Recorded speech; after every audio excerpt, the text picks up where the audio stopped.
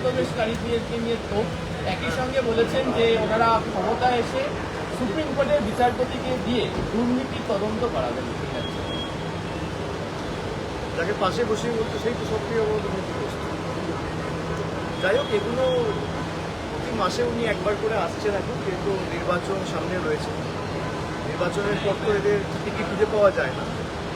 তো যারা দুর্নীতি নিয়ে তদন্ত করার কথা বলে, বিজেপির দুর্নীতির বিরুদ্ধে লড়াইয়ের কি নিদর্শন গত 10-12 বছরে প্রত্যেকটা জয়েনিংয়ে এখানে বিরোধী দল নেতা, আসামে হিমন্ত বিশ্ব শর্মা, মহারাষ্ট্রে নারায়ণ রানে, কিছুদিন আগে উপমুখ্যমন্ত্রী মহারাষ্ট্রে একটা দুর্ভাগ্যজনক ঘটনায় মারা গেছে, আমি তার নাম করব না, কিন্তু একাধিক ঘুরি ঘুরি উদাহরণ রয়েছে।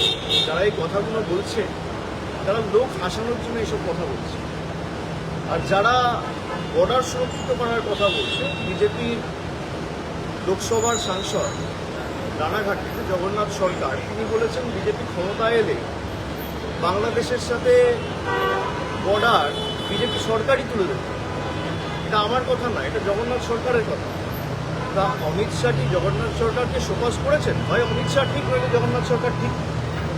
যদি অমিত শাহ ঠিক হয় তাহলে জগন্নাথ সরকারকে শোকজ করা উচিত। আর যদি জগন্নাথ সরকার ভুল হয় আর অমিত শাহ ঠিক হয়, তাহলে স্পষ্ট করে বিজেপি নেতৃত্বের বলা উচিত। দুটোর মধ্যে তো একটাও হয়নি। কিন্তু লোক হাসানো ছাড়া আর কিছু না। अभिषेक अमित शाह कह रहे हैं कि 38% से कब 45% वोट हो जाएगा। दीदी आपको समझ में भी नहीं आएगा। रावण भी सोचे थे राम उनको हरा नहीं सकते।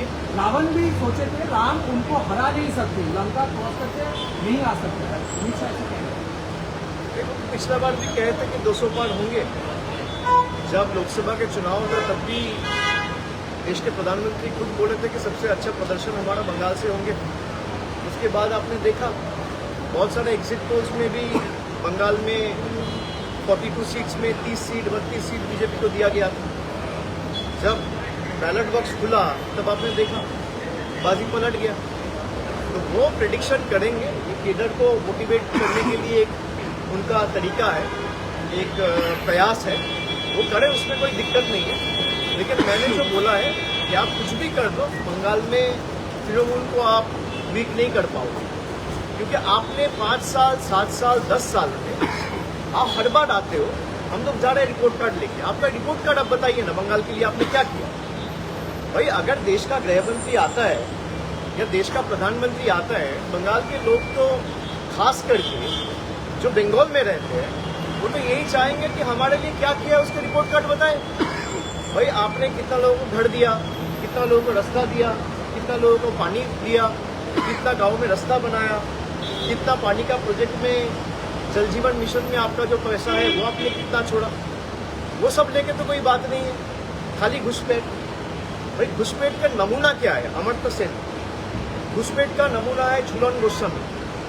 घुसपैठ का नमूना है मोहम्मद शामी, दीपक अधिकारी। जो बीजेपी के नेता अमर्त्य सेन को नहीं छोड़ता है, हमारे यहाँ पे जो रेवोल्यूशनरीज है उनको नहीं छोड़ता है, उनसे आप क्या ही आशा रखिएगा। আজকে মতুয়ানি একই কথা বলছেন যে ভয় পাওয়ার কোনো কারণ নেই। 10 লক্ষ কোটি টাকা বাংলা সরকারকে দিয়েছি, কোথায় গেল সেই টাকা? প্রকাশ করুন, শ্বেতপত্রটা প্রকাশ করুন। 10 লক্ষ কোটি টাকা কি খাতে দেওয়া হয়েছে নাকি? আর গত 10 বছরে বিশেষ করে বিজেপি যবে থেকে ক্ষমতায় এসেছে 2014 থেকে 2012 বছরে বাংলা থেকে তারা কত টাকা নিয়ে গেছে। আমি 7 বছরের একটা পরিসংখ্যান আপনাদের দিয়েছি।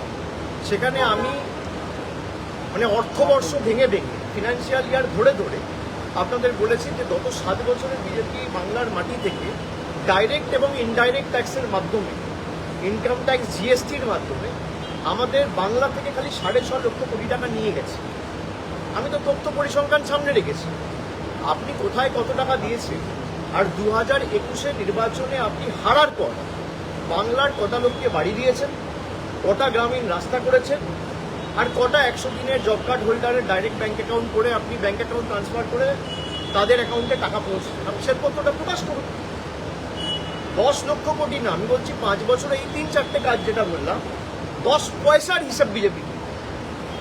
তারা 10 লক্ষ কোটি টাকা বলছে, তো আমি 10 পয়সার হিসাব চাইছি যে 21 থেকে 26 আপনি কটা 100 দিনের জব কার্ড হোল্ডারকে, যারা আবাস যোজনার প্রকৃত প্রাপক, অ্যাকচুয়াল বেনিফিশিয়ারি, যাদের আবাস প্লাস তালিকায় নাম ছিল, কজনকে ক পয়সা দিয়েছে? 60% টাকা দেওয়ার কথা কেন্দ্র। আপনি গ্রামীণ রাস্তায় ক পয়সা দিয়েছেন গত 4-5 বছর? আপনি আবাসে কত টাকা দিয়েছেন গত 4-5 বছর? তালিকা প্রকাশ করুন। মানুষের জলের টাকা এরা আটকে রাখে। জল জীবন মিশনে প্রায় 2525 কোটি টাকা এই বছরে আটকে রেখেছে, জল দেয় না। এসআইআর হবে, নিয়ম মেনেই হবে, এবং মতুয়ালি আপনারা ভয় দেখানোর চেষ্টা করছেন, তাদের ভয় পাওয়ার কোনো কারণ নেই। একই রেফারেন্সে দুটো কথা উল্লেখ করছেন। আরে ওদের নেতারাই তো বলেছে মতুয়া ভাইদের যদি নাম বাদ দেয় বাদ দেবে। তৃণমূলকে আক্রমণ না করে বিজেপি আগে ডিসিপ্লিনারি অ্যাকশন, যে বিজেপির সাংসদরা মতুয়ার বিরুদ্ধে কথা বলে, মতুয়াকে ভয় দেখাচ্ছে কে? শান্তনু ঠাকুর, অসীম সরকার। বাংলায় কে বলেছিল এসআইআর ঘোষণা হওয়ার আগে যে 1 কোটি লোকের নাম বাদ যাবে? তা মানুষকে ভয় দেখাচ্ছে কে? তৃণমূল তো বলেনি। বিজেপির নেতারাই তো বলেছে 1 কোটি লোকের নাম বাদ যাবে। বিজেপির নেতারাই তো বলেছে ড্রাফট লিস্ট পাবলিশ হওয়ার পর দেখবেন সংখ্যাটা যখন অ্যাকচুয়াল বেরোবে, ফাইনাল ভোটার লিস্টে 1 কোটি নামই বাদ যাবে। বিজেপি তো টার্গেট সেট করে দিচ্ছে ইলেকশন কমিশনের জন্য। এরা কিভাবে কথা বলে? এরা তৃণমূলকে আক্রমণ করছে, মতুয়া ভাইদের ভয় দেখিয়েছে কে? কেউ বলেছে 1 লক্ষ নাম বাদ গেলে বাদ যাবে, কেউ বলেছে 5 লক্ষ মতুয়া ভাইদের নাম বাদ গেলে বাদ যাবে, কেউ বলছে 1 কোটি বাঙালির নাম বাদ যাবে। যারা আমাদের রোহিঙ্গা বাংলাদেশি বলে দাগিয়ে দিয়েছিল, আজকে ড্রাফট লিস্ট থেকে যে 58 লক্ষ লোকের নাম বাদ গেছে, তাদের মধ্যে কতজন রোহিঙ্গা আর কতজন বাংলাদেশি? আজকে তো 1 মাস হলো। আমি 31শে ডিসেম্বর দিল্লিতে গেছিলাম নির্বাচন কমিশনের সাথে বৈঠক করতে। আমরা দাবি রেখেছিলাম 1 মাসের মধ্যে প্রকাশ করেছে যে কজন বাংলাদেশি এই বাংলায় ভোটার লিস্টে ছিল, কজন রোহিঙ্গা এই বাংলার ভোটার লিস্টে ছিল, ধরা পড়েছে। তালিকা কে প্রকাশ করবে? জায়গায় জায়গায় বাঙালিদের বাংলাদেশি বলে দাগিয়ে দিয়ে আমাদের ভাষা, আমাদের সংস্কৃতি, আমাদের কৃষ্টিকে অপমানিত করা, আমাদের ভাষাকে অস্বীকার করা, আমাদের মনীষীদের অপমান করা, এ তো বিজেপি করেছে। আপনি তৃণমূলের সাথে লড়ছেন। আপনি আমাকে গালাগালি দিন, মমতা বন্দ্যোপাধ্যায়কে গালাগালি দিন, তৃণমূলের যে কোনো লোককে দিন, আপনি বাংলার 10 কোটি মানুষকে লাইন দাঁড় করে দিচ্ছেন তৃণমূলের সাথে লড়তে না পেরে, জোর জবরদস্তি। সেই লজিক্যাল ডিসক্রিপেন্সির লিস্ট তো আলটিমেটলি সুপ্রিম কোর্টের হস্তক্ষেপের কারণে আপনাকে প্রকাশ করতে হলো। এখনো অনেক জায়গায় লিস্ট টাঙানো হয়নি। লিস্ট টাঙানোর দায়িত্ব ইলেকশন কমিশন। ইলেকশন কমিশন অনেক জায়গায় বলে দিচ্ছে মৌখিকভাবে আধার নেওয়া যাবে না। আরে যারা লজিক্যাল ডিসক্রিপেন্সির কেসে ডাকছেন তারা তো ম্যাপ, তাদের নাগরিকত্ব নিয়ে তো কোনো প্রশ্ন নেই। তাহলে আধারটাকে তো আপনাকে আইডেন্টিটি প্রুফ হিসেবে গণ্য করতে হবে, মান্যতা দিতে হবে। আপনি লজিক্যাল ডিসক্রিপেন্সিতে মৌখিকভাবে বলে দিচ্ছেন সিওর অফিস থেকে যে আধার অ্যাকসেপ্ট করা যাবে না, আর রাইটিং দিচ্ছেন না। কেননা যেই আপনি ইন রাইটিং লিখিতভাবে দেবেন সেটা সুপ্রিম কোর্টে চ্যালেঞ্জ হবে। আমরা তো এটাই প্রথম দিন থেকে বলে আসছি। যারা এসআইআর করে মানুষকে ভীত সন্ত্রস্ত, ভয় দেখাতে চেয়েছে, তারা আজকে বুঝতে পারছে যে এসআইআর করতে গিয়ে তাদের পায়ের তলার যেটুকু মাটি ছিল সেটুকু ছড়ে গেছে। বিজেপির যা ভোট শতাংশ ছিল, আগামী দিন দেখবেন কি অবস্থা হবে।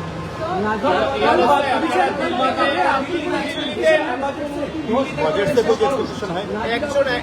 একজনই बजट से आपका बजट में बोले কি আরেকবার বলুন। নাজিরাবাদের আনন্দপুরের সাম্প্রতিক মর্মান্তিক ঘটনার কথা উল্লেখ করে উনি বলেছেন এটা মুখ্যমন্ত্রী ভ্রষ্টাচারের ফল। একটু অ্যাড করে দিচ্ছি, বলেছেন যে এই মালিক বিদেশ সফরে গেছিলেন মুখ্যমন্ত্রীর সঙ্গে, এই ঘটনাকে তিনি And he said that if BJP comes to power, that is a BJP. নীরব মোদী গেছিল মোদীর সাথে। একজন শিল্পপতি হিসেবে স্টেট গভর্নমেন্টের ডেলিগেশনে শিল্পপতিরা যাবে না তো কারা যাবে? আমি সেটাকে সমর্থন করছি। একটা ঘটনাকে নিয়ে পলিটিক্স করে, এটা বিজেপির কায়দা। বিজেপি শকুনের মৃতদেহ খোঁজে আর মৃত্যুর রাজনীতি করে, শকুনের মতো লাশের রাজনীতি।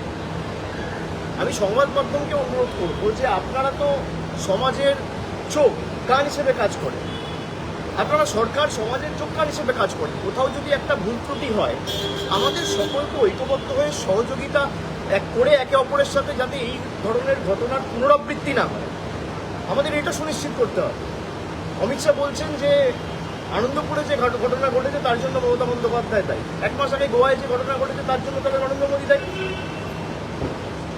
পানীয় জল খেয়ে 25 জন মারা গেছে ইন্দোরে, তার জন্য নরেন্দ্র মোদী দায়ী। একটা দুর্ভাগ্যজনক ঘটনাকে নিয়ে একটা মানুষ কত নিচে নামতে পারে যে এই জিনিসগুলোকে নিয়ে রাজনীতি করছে।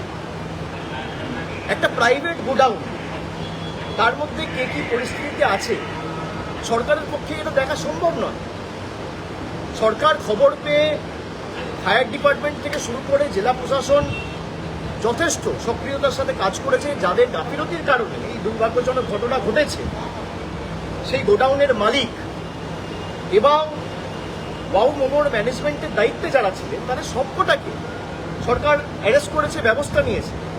এবং এর উপরেও যদি কেউ থাকে, আমরা চাই কেউ যদি এর সাথে ইনভলভ থাকে, সে যত বড় শিল্পপতি হোক, সরকার কাউকে স্পেয়ার করবে না। যারা মমতা বন্দ্যোপাধ্যায়ের সাথে বিদেশ সফরে গেছেন বলে একটা দুর্ভাগ্যজনক মর্মান্তিক বেদনাদায়ক ঘটনাকে নিয়ে রাজনীতি করছে, তাহলে যে নীরব মোদী মেহুল চোকসির বিরুদ্ধে ভারতকে সর্বশান্ত করে 15,000 20,000 কোটি টাকার ঋণ নিয়ে দেশ থেকে পালিয়ে যাওয়ার অভিযোগ রয়েছে, তারা তো নরেন্দ্র মোদীর সাথে বিদেশ সফরে গেছে। ওয়ার্ল্ড ইকোনমিক ফোরামে মোদীর সাথে কার ছবি আছে? নীরব মোদীর ছবি নেই।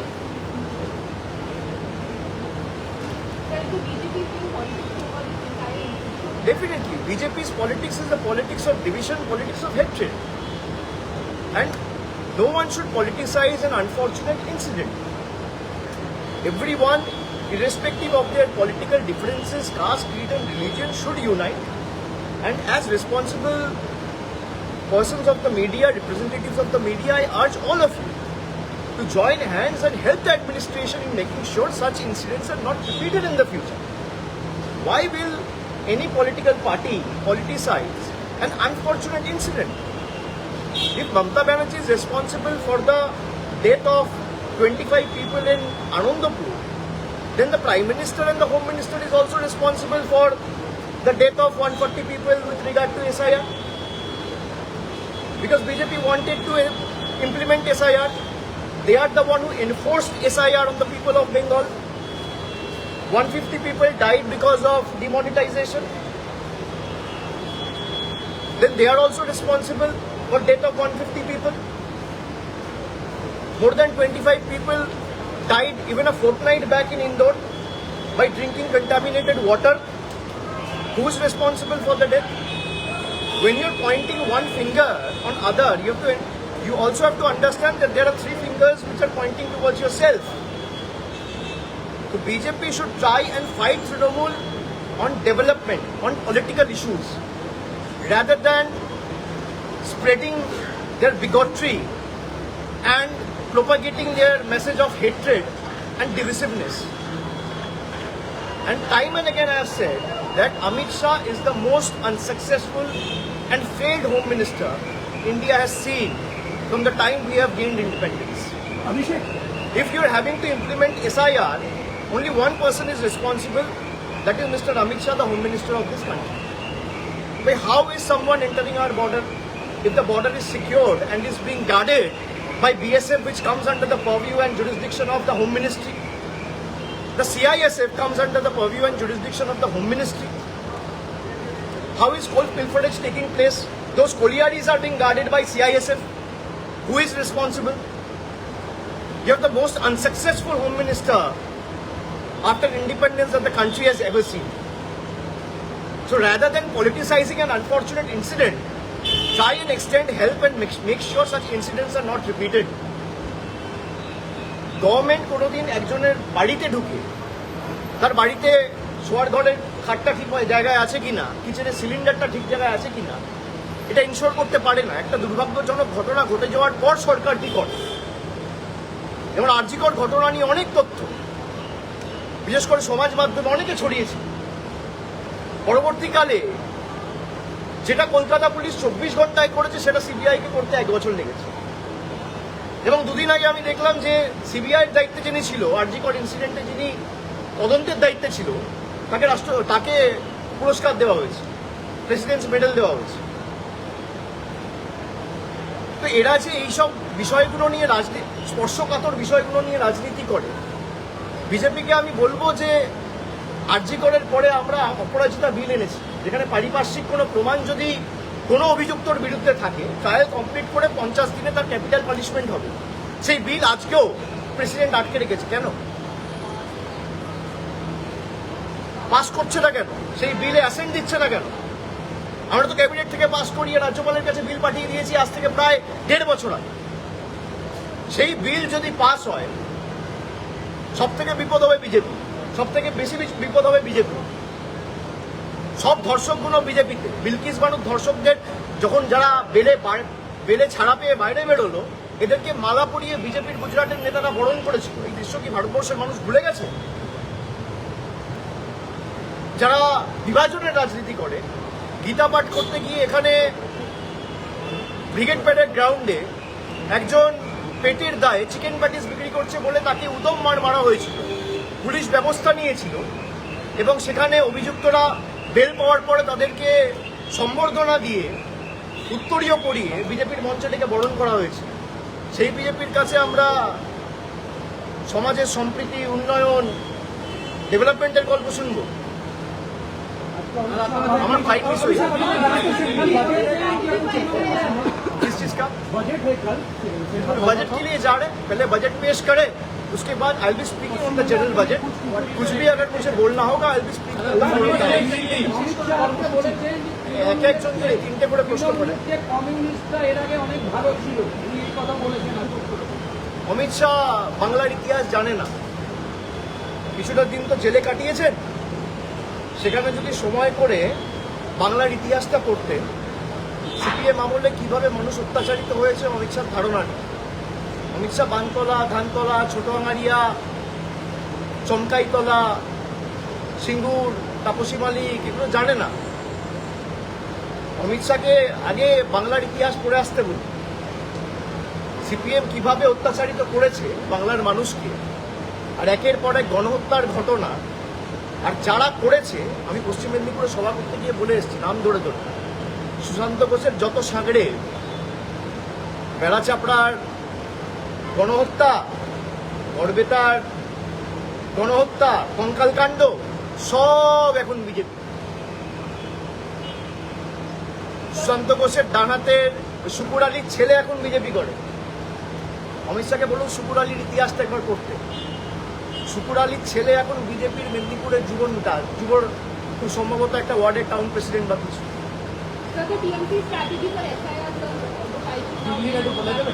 There is no strategy. We have tried to stand beside the people and extend every possible help that we have at our disposal.